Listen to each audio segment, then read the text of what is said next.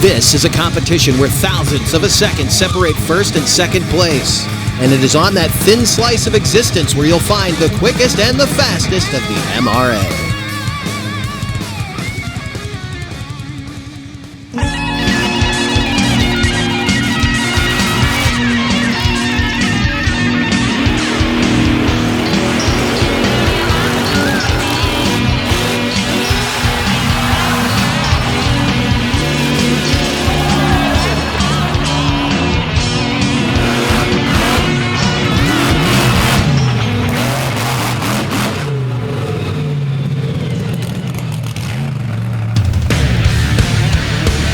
You are looking at footage from earlier this afternoon under the Show Me State sun, getting the loam just perfect for open and modified class action. The mods will be on the paddles. You see the big paddles stacked up right there, the Scat Track bigger diggers, and the open cut class we'll see a little bit later. There you see the Super Swampers cut paper thin, but with a big old meaty tread on what started as a DOT-approved tire. We're going to look now at the points going into the modified paddle class. That's what we'll open our action with here tonight. Jason Massey leading the charge, followed by Justin George. That'll be the battle at the top. Keith Mitchell is kind of out of the conversation for a championship. He's had a rough season this season. Daniel Carher in looking for trouble out of Nebraska, and Tara McConnell, who is no longer in the running in the top five. Her vehicle, part of the Coolidge camp, has been sold. And we're not going to tell you who it was sold to, but they have a massive fleet of machines. And speaking of massive fleet, you're looking at a part of one right here. Justin George out of Franklin, Georgia, part of the George Farms family in Shoot the Thrill, lined up next to Bad Intentions. That's Gene Cruz out of Richmond, Kentucky. A pair of 800-plus cubic inch Billy Albert power plants. Let me correct myself, by the way. The Billy Albert power plant on the far side in the rear engine machine is 959 cubic inches. I believe it may have started as a Pat Musey power plant, but now rebuilt and tuned by Billy Albert out of Wytheville, Virginia. Built both of the power plants on the starting line here, but two different dynamics in the sport. One front engine here in the near lane, one rear engine in the far lane. The first pass in modified paddles, ready to go.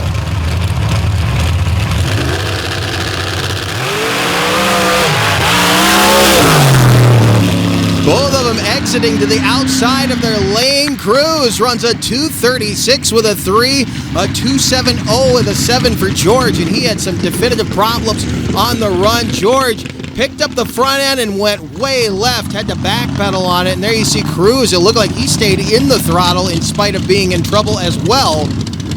Get a real good look at how not straight these runs actually are from the big end of the track. Cruz again exiting way to his right in the right lane.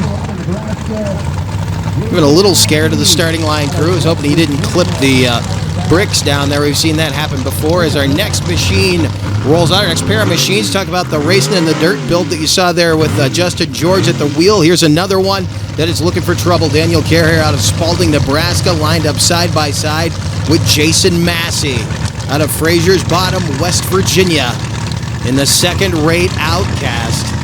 Another member of that second-rate race team, along with Gene Cruz here in the near lane. The Ford, the big block Ford-powered Tony Bischoff built engine in the back of Looking for Trouble, next to a 959 Pat Musey power plant in the back of Jason Massey's machine. We'll tell you about that as the weekend goes on, but our second pair waiting for green.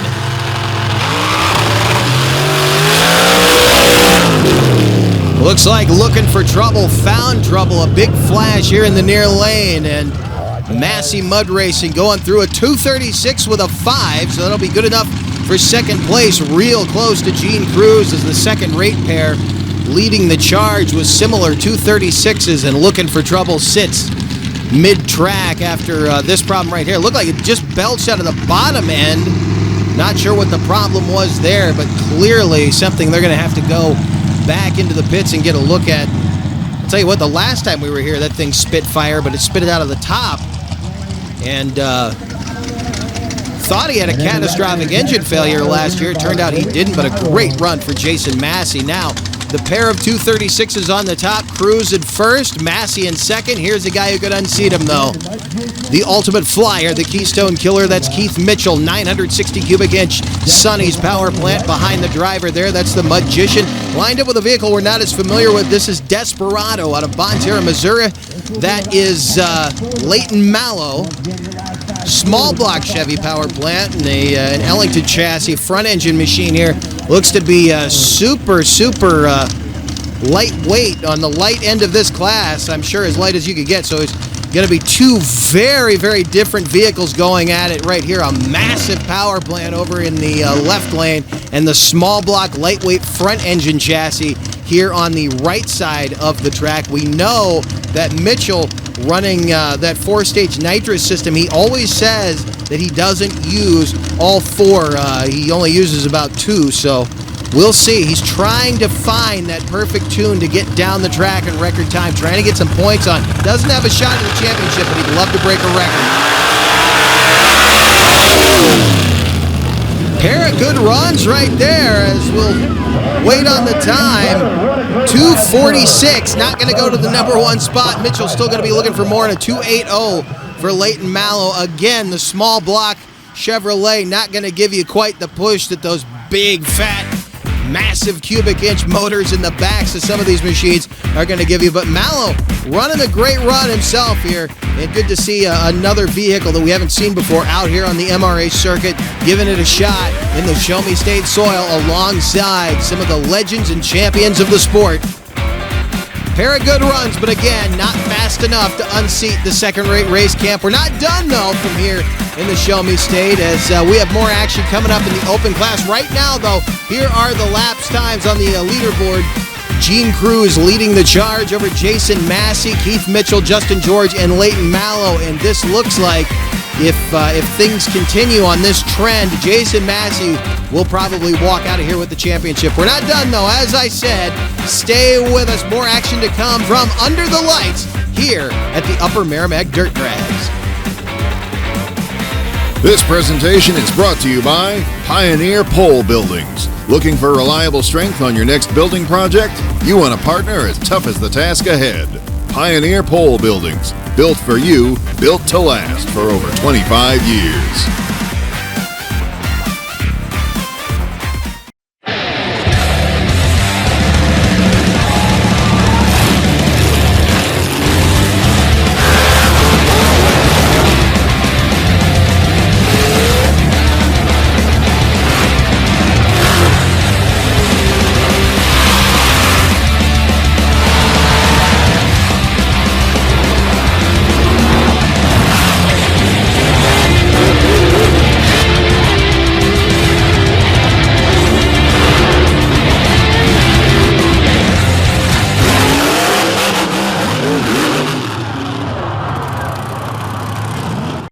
This program is brought to you by RPM Army.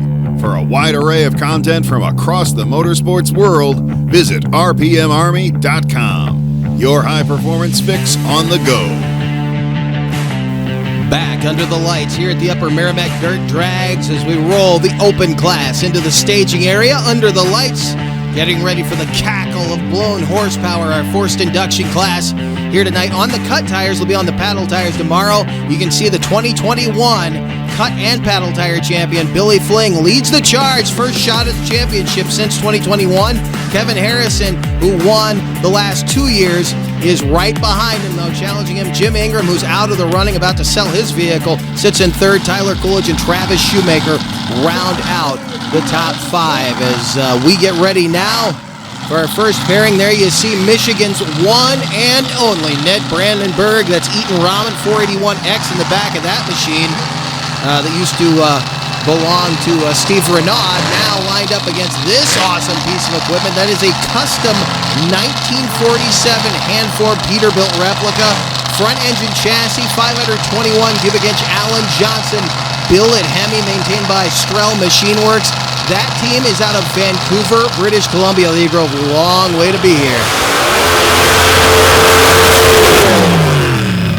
Making some big, loud horsepower in the dark, but I don't think either of those are going to be the kind of numbers They're looking for Brandenburg a 2.70. Steve Strell, he was quick, but he wasn't fast. A 2.49 with an 8. Not what he needs to get on top of this thing, but you can see they were both having their share of problems on the run. Again, Strell in the far lane looked like it was dancing on the rear tires quite a bit. Blew off a lot on the starting line. You can see how much material he threw behind him, and that probably hurt him a bit. And when we get a look at the end zone shot, that'll give us a good indication as to what both of those vehicles were doing coming into that shutdown area. Watch the right side. Steve Strell bouncing all over. Look at him walking around the lane. Brandenburg just looking for a little more horsepower, but he's looking quicker than we've seen him in quite some time. That's a guy who just couldn't catch a break for the longest time, but it's good to see him out here still running now. It's Nightmare 7. Tyler Coolidge out of Two Harbors, Minnesota. 500 cubic inch Allen Johnson performance engine. The 1471 Whipple Supercharger on top. Lines up next to another powerhouse, legendary team of the sport, Paperboy Express. Scott Snarsky out of Illinois. 540 cubic inch Big Boss Ford engine with a 980R Whipple Supercharger on top. A little spritz of nitrous just to cool the air going into that power plant. As when you compress that much air, it can heat it up. With those molecules bouncing around, if you can cool that air, you can burn that much more fuel. And boy, you can see the fuel coming out, the raw fuel burning off there on the Nightmare 7 machine. These guys are dumping a ton through these power plants. These should be two very, very quick runs right here. Keep your eye on these two.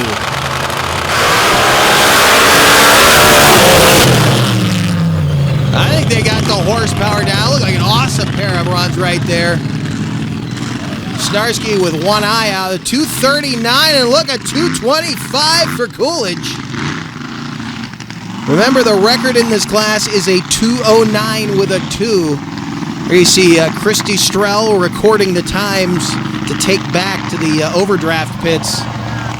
She'll talk with Steve, and they'll get an idea of what they need to do when they come over to this right lane for session 2. But that right there gives you an indication as to how much quicker this class will get as the night goes on. We'll see if the track comes around. Look at Tyler Coolidge working for a living when he came out of the loam into the harder sod out here on this end, this farm soil that they hit when they come out here. We're literally on Booker Farms, and again, a big thanks to the Booker family for their hospitality and the pig roast this weekend. But you see Coolidge making tracks, getting down there. That could be a winning run on the night, depending on how the track holds up.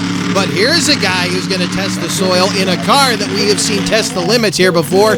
This is Steve Anderson, another Canadian out here. I say another Canadian. They're all one of a kind out of St. Albert, Alberta. This is Jim Lamb's old vehicle that we saw here almost get upside down back in 2022. Wiped out the clocks and a little bit of everything. Steve doesn't plan to do that. He wants to lay down a quick time. 500 plus cubic inch Brad Anderson Hemi in that one.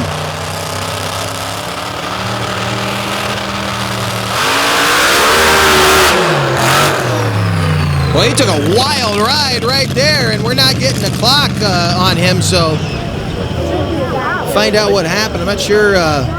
It looked like he might have run out of bounds. Yeah, he does have a DQ up there. I was trying to see if it red lit or if it ran out of bounds. I didn't think he red lit, but took a wild ride down there at the end. Wiped out a cone or two. Doesn't look like he took down any of the reflectors, but he came darn close to it as he goes through the top end of the track, a little bit off to his left. And a little bit is a ton in this sport. These machines move so quick and so direct when they catch an edge. Look at the headlight, gives you a good idea how far to his left he was when he came out of the track there. Got out of the groove, and that hurt him. Now we're going to look back at a run from a little bit earlier. This is not a new machine, but a new machine to this team. Joel Coolidge in now Kryptonite out of Two Harbors, Minnesota. This is formerly Bad Influence out of Kansas. Machine that's well tested, should be quick. He gets an early competition run on it, a 265 for Coolidge. Not what he's looking for in terms of times, but they're kind of getting some test time on this truck. When they bring it back for next year, they're going to have their whole program really well developed as we get a look now at Travis Shoemaker in High Roller 4 out of the state of Pennsylvania. Another legendary team in the sport out of Germansville, Pennsylvania to be exact.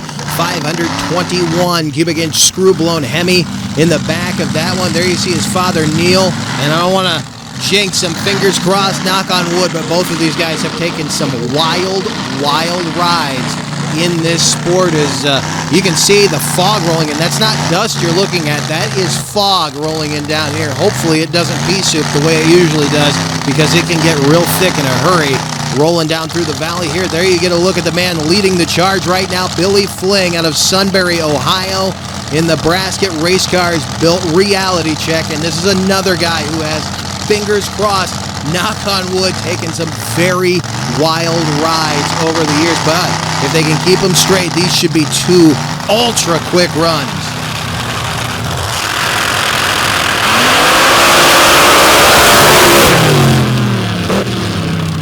Fling coming over to his right. Look at that, a 221 with a 9, a 227 for Travis Shoemaker. Not a bad pairing there at all. That 227 could hang on for a little bit, and Fling obviously going to go to the number 1 spot. Travis Shoemaker, 2271, puts you in the top 5. How'd the track feel out there? It looked like you're pulling a little bit to the right at the end. It was pretty beat up. Had a bunch of ruts. I had to pick the best one, and I don't know, just went with it. Yeah, it got beat up. We got some hurt parts. We got to try and figure out what's going on. So hopefully we can get back together for round 2 and make a better pass. So. All right, well, we'll let you get back to collecting your data. All right. Well, you could hear the disappointment in his voice as we walked away. We cut the interview a little bit short because they are scrambling right now in that pit area to try to get that thing back on the track for session 2, because they would like to finish off this season with a victory. At the very least, make sure their vehicle is capable of coming out tomorrow. Now, as our next pairing comes to the line, this is Kevin Harrison out of Grenada, Mississippi, and the Eric Bidlack built Never Enough 527 cubic inch Noonan race engine in the back of that one, as he lines up side by side with a wild man in the sport, Mark Riggin out of Lockhart, Texas. Another bad habit in the Bullet Racing chassis. 526 cubic inch Hemi in that one. Very, very close in horsepower. Different builds though. See if Riggin can keep the front end down this time. He has a habit of dancing on the rear tires.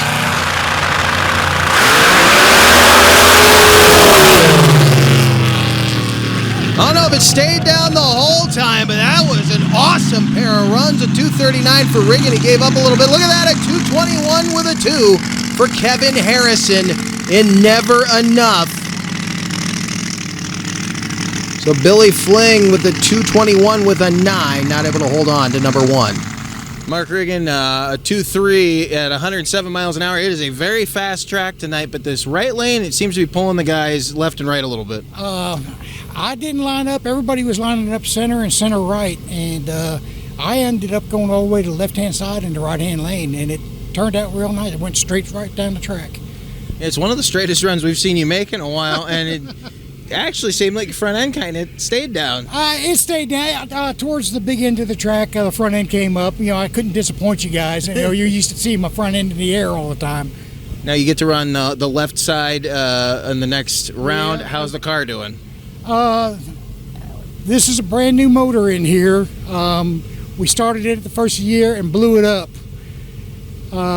And we just now got it back here a week ago. We just now got it back in here. She's happy right now. I'm running her fat, so I'm trying to figure out where I'm at, but we're going to lean it down a little bit and see if we can't go a little bit faster. All right, 2212, 7,000 stuff? Yes, sir. 7,000 is ahead of Billy right now. And right. Me and Billy's first in the points, and I'm second in the points. Right, and then it's opposite in the other class. Yes, sir. This thing looked like it was moving. Track looks a little bit back and forth in certain spots. Yeah, we was the fifth car down the track, and it was ruts going every different direction. It was a little bumpy ride, but we got down the track pretty straight, considering. Shutdown area is a bit dark tonight. They got some new lights out here. They're just trying to find that happy medium on the track. Is it dark for you guys down there in Shutdown right now? It's not too bad. It's not too bad. You can see good enough. Billy Fling, 2219. You and Kevin are like within less than an inch of each other. Yeah, we'll pull up a little bit on the computer there and see what we can change and see if we can make up that distance. This is different too. I don't think I've ever seen you with a computer screen sitting on the back of your car. It's new to us. It's working this year though. You're climbing that ladder back to the top. Yeah, we're working on it. We've just mostly been collecting data up until this point. Today we're applying a little bit of it. So, how's the track feeling out there? There was not a whole lot left when we got out there because of the 3 cars that ran in front of us, but Kevin had the same issues, so the track itself's not bad, though. In the shutdown area, it's always dark out here at night. Tomorrow you get to run in the afternoon, late afternoon, so you have some sunlight. Is it sketchy down here at the end? It's a little hard to see. Running right behind Shoemaker there in the back, it looked like you guys are 1-2 into that shutdown. That wasn't him. That was me. I was over into his real estate property over there a little bit, but... Well, we'll let you guys get back to work. Thank you, Billy. I appreciate it. Thank you. Boy, I can't imagine the runs that they just made saying there wasn't much left of the track, which means there's more that they could put in it, and I have a feeling we're going to see some really quick runs before the end of the night after a few grooms. Kevin Harrison and Billy Fling, though, battling for that top spot. You can see they're hanging on in there. Coolidge, Shoemaker, and Riggin, and the rest of the field coming after him. Stay with us. The dust is settling and the fog is rolling out. When we come back, we'll have more mods for you on the paddles. Hey, welcome to Wildman Adventures. We're at the Silver Lake Sand Dragway.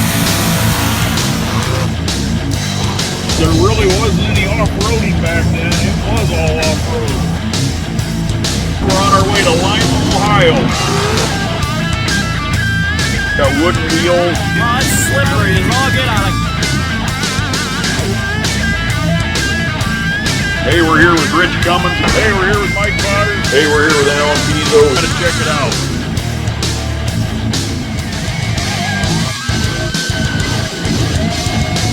This week we're gonna go down memory lane.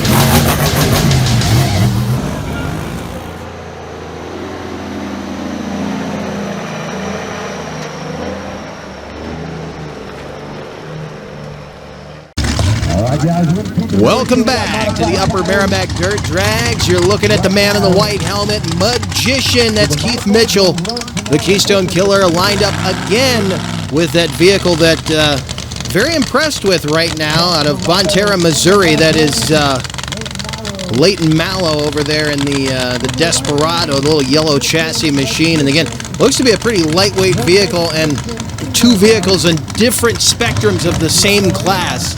Shows you the variety that you can have even within the strictest rules here.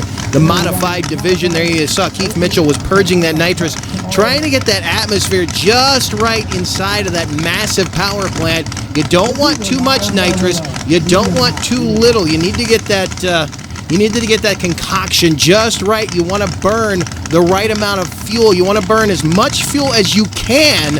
You don't want to give the vehicle too much horsepower off the line, though it'll sit there and spin, but you don't want to drown that motor out now as Mitchell and Mallow take their second shot, trying to get to number 1. Gene Cruz sitting on top. Mitchell down to the other end quick. He ran a 246 with a 7 in the previous run. Look at that, a 229.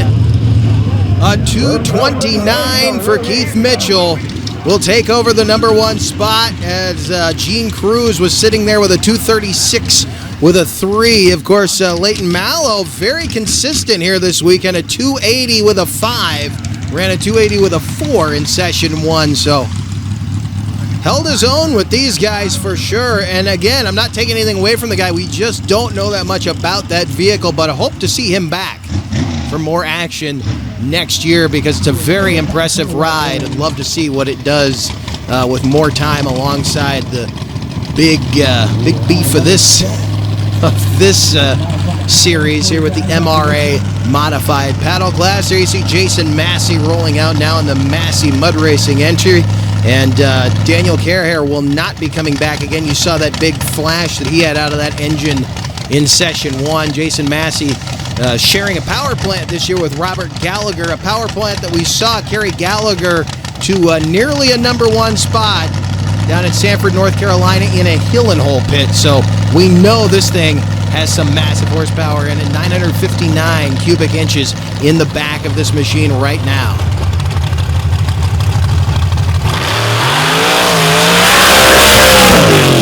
Pipes were glowing. 229 with a 1 for Jason Massey.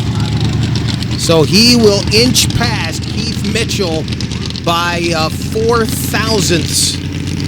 Maybe 4 thousandths and change. Actually, it might have been a little quicker. I don't know what the other numbers were in that equation there, but there's 2 other numbers on the end of that do come into play if the times are that close. But a great pair of runs for both of those guys coming out of today, and Mitchell can't feel too bad, even though he got unseated there coming down the wire. That's got to be a good way to end your season, as tough a season as Mitchell has had now, as the Billy Albert-powered vehicles roll to the line. Another member of the second-rate race family, that's Gene Cruz. I believe he's the vice president or the president of the second-rate race family. I'm sorry for getting that wrong, Gene. Lined up next to Rick George's Shoot to Thrill, being driven by Justin George, a team, the George Farm families, that have a long history in mud racing. He's shown the old Deer Creek Motorsports Park down in Franklin, Georgia, still reside on the property, now called George Farms, or always called George Farms, but the racetrack is not there anymore. But they showed up as members of the crowd a couple years back, bought one machine, and then slowly amassed an army of dirt drag vehicles, now doing battle with Gene Cruz.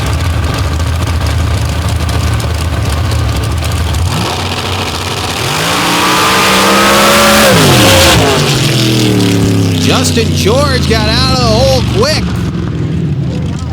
Look at that, a 224 with a 5 will carry him into the number 1 spot.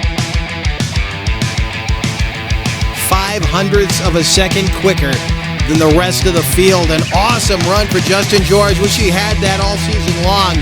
He would have been right on top of this thing, but we told you he was a threat to knock off Jason Massey. I don't believe that's going to beat Massey in the points, though, as high as Massey finished in this fleet here, finishing in second place. Should be good enough to hold him in the number 1 spot in points, but you see how tight the battle was there at the top. Gene Cruz looking good here on this day. Ran a 2.30 at the end of it, so he bettered his own time. And Leighton Mallow, again, very, very consistent. The only name you didn't see on that board was the guy who's sitting in 4th in points at the end of the year, that being Daniel Carher, who had a rough way to go here in Steelville. He's got another shot at the Cut Tire division tomorrow, and he'll be running a Ford pickup in the Superstock division. But our congratulations to Jason Massey, who will let Robert Gallagher take over the wheel for the Cut Tire class, and we'll see if they can get another win tomorrow. Stay with us, more to come.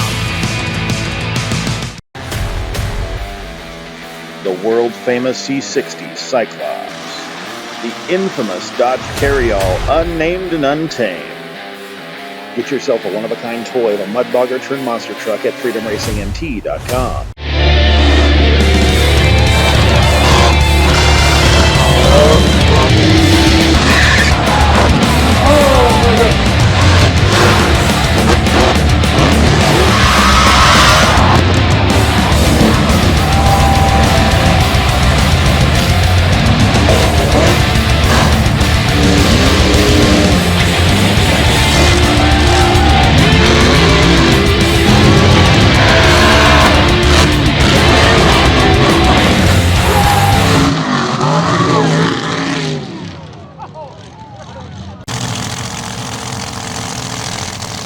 Hear the cackle of that raw horsepower as Kevin Harrison backs into the staging area. As he's going to go alongside Mark Riggin in another bad habit.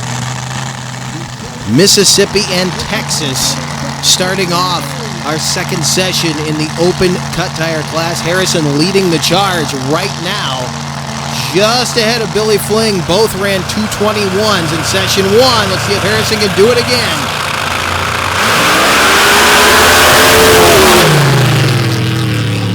Harrison looking good, ran a 2:21 with an 8, so he didn't better his own time. Mark Riggin, though, did better his time, a 2:32. So another awesome run out of both of those guys. Harrison, though, not able to pick up anything in this near lane. You have to wonder if the other side of the track was faster earlier on. Remember, they're running after the paddle tire mod class, so the track may come around for them this time. It may be gone at this point. Billy Fling had said earlier that by the time they got out there in session 1 with a fresher track, the track was gone. So it's interesting to say what's happening at this point. Remember, the OPS vehicles have already run, so this track is getting a little used up here tonight as Fling will come out for a solo. Travis Shoemaker, unfortunately, was not able to effect repairs and get back on the track, so let's see if Fling can better the 2:21 with the 2. Fling looking quick. Hold on! Billy Fling in trouble. Fling exits right into the hay bales. And I don't know, we can't see from here if the vehicle stayed upright or got upside down. The safety crew headed down that way right now, and you get a good look at it right there. Thank God the vehicle did stay upright. There you see Billy Fling walking around. Yeah, I couldn't do nothing once the wheel fell off. I couldn't hear it. Okay, you can hear a very dejected Fling right there as we listened in briefly. He says the wheel fell off. We're looking from this end of the track. We'll be able to see the sparks. We did see, oh yeah, the right front is completely loose when he exits that track. So it's under the car. When the front comes down here and all of a sudden it went like this. Looks like it broke the ball joint. It did. It snapped your ball joint. I should have been. I need to get that skid steer. He ordered it. That's what we need down here. He's coming here, really. that is why those big hay bales are there. Man, that could have been so much worse if that thing had bit right here. Right there you see it, the sparks coming out of the right front. Apparently it was the ball joint letting go, and you could see, we saw those sparks when he exited, but it looked like it was something he would have been able to handle. The right front, though, just broke loose from the chassis, and he took a right-hand turn, as one would expect, right into the hay bales. As the drivers and crew, oh, they're laughing down there, though. That's a good sign. Billy, did you beat me? I have no Really? You're worried about that, right? 221, I think. I think it's 221. Hi, Kim. It's good to know they haven't lost their sense of humor. I'll tell you what, the last time we saw Billy Fling take a real wild ride was in, look at that, 222 with a 3 with the wheel coming off. It was still a legal run. Not as fast as he needed to beat Kevin Harrison in the class today, but if I'm... Kevin ran a 2.218. 221 with 8. You ran 21 both passes. All right, so right now, okay, so here's how it's working. Harrison is likely going to win the class if no one can get past him as we look at this run one more time from the starting line, and you just can't see it from there. It looks a bit odd, but that starting line angle, I don't think anybody up on that starting line knew exactly what went wrong. We certainly did when he got past us and exited hard right. We knew something was wrong, but again, thank God that thing didn't bite and roll over, and I know Billy thought for sure that thing was going over, but real quick, we have to go through this just for the explanation. What it's going to come down to as far as the points, because Harrison has the lead. They are that close. Their session 1 times is what's dividing them right now, not their session 2 times.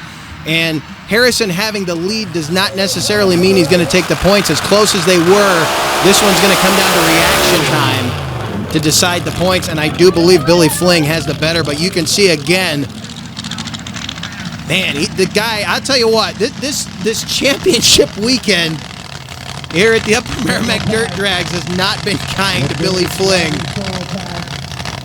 The last couple of years we've been here, he has had some interesting times. In fact, he did not make it here one of the last 2 years as Joel Coolidge comes back to the line now in Kryptonite. Again, the old bad influence machine out of Kansas. Proven vehicle, should be quick as he develops his familiarity with it in this class.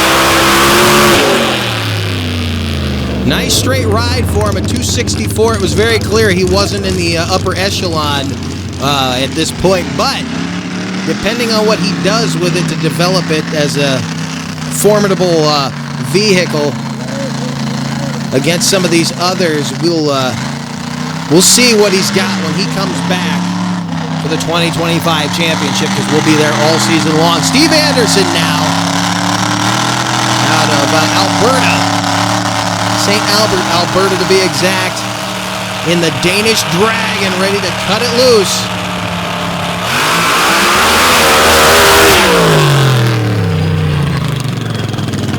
.224 with a 7. Anderson going after the top two. He wasn't able to get there, but that was a blistering run. It could have been a winner on a different weekend, but with the times as low as they are here, they're getting down near that record. Got to push it a little bit further, and I don't know that there's any record left in this soil. There's still some vehicles to go that could do it, but they are going to have to run on the absolute ragged edge to get there. As Anderson showing us something. He could be a champion on this series if he can run a full year. He could be a real threat for that number one spot, as another guy who definitely, as he develops his new vehicle, that Nightmare 7 that debuted at the beginning of this year, that's their new ride, going up against another guy, if he can get a good season underneath of him mechanically, could be a threat as well. Both of these guys could see the number one spot in the points chase at the end of 2025. We'll see what they have. This is not going to be their year to do that, but these are both record-capable drivers in record-capable machines on a record-capable track. I don't know if there's a record left in the soil on this night. We'll see, though.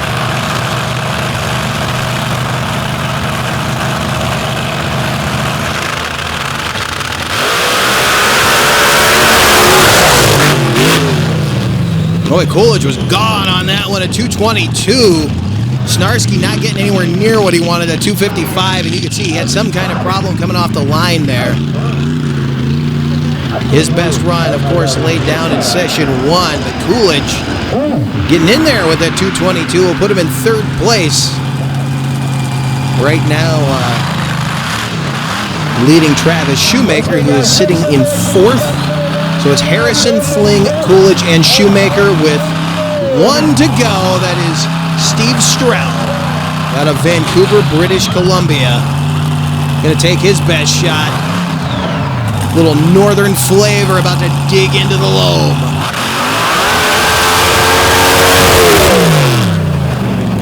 Bucking on him at the starting line there at 257 on a wild ride. But Strell showing him something at the end of the night. When he gets the paddles on, this thing may be ultra quick. He had a wild ride both sessions. Again, though, gave up a bit on the starting line. We'll get another look at it here, but it will be Kevin Harrison taking the class here on this evening in Steelville, Missouri.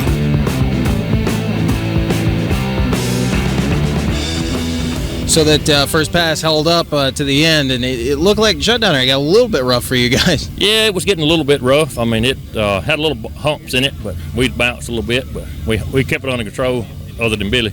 Yeah, I did notice you were one of the first people down to Billy, but you were in transfer a couple of years ago too when he took out all those trees. Oh yeah, like I said earlier, we race hard against each other, but we still good friends at the same time. And when you got down to the end and knew you had taken the class, is that a morale booster for you? At least right now, we don't know if you've officially taken the class for the year, but this could be another two-time champion for a season for you. What, 3 back-to-back it would make it? Yes, sir. It's going to be real close. What I'm getting is it's going to get down to the reaction time on the points, whether I won or not. It's down to just a few points. All right, well, by the time this comes out, we'll know, and then we'll check in with you again tomorrow, yes, and sir. We'll find out for sure. Yes, sir. Thank you. Well, very happy Kevin Harrison will take the class for this weekend. Runs a 221 with a 2 to Billy Fling's 221 with a 9. So a 7 thousandths separation there. Tyler Coolidge with the 222 Travis Shoemaker at 227, and Mark Riggin ends up in the number 5 spot at a 232. But here is the surprise, or well, not a surprise to the people scoring this thing, Kim and Jamie and the gang. The 390, the 10-point lead and points championship going to Billy Fling out of Sunbury, Ohio. So congratulations on a less than ideal finish to his season. He betters Kevin Harrison. At the tail end of the year, he manages to hang on to it. Didn't do it with a win in the class like he would have liked to, but that reaction time pushed him ahead, and he was able to hang on for a full season. We are not done, of course, from here in the Show Me State. We'll be back at Booker Farms tomorrow with the stock divisions, the super stocks, and the pro stocks on this track, the factory fleet, as well as another edition with the open cuts, the mod cuts and the open paddles. So you're not going to want to miss that action. Thanks for joining us. We will see you then. This Back Channel Productions presentation has been brought to you by Gemini Associates. Whether you live upstairs, downstairs, or anywhere in general, we are here to serve.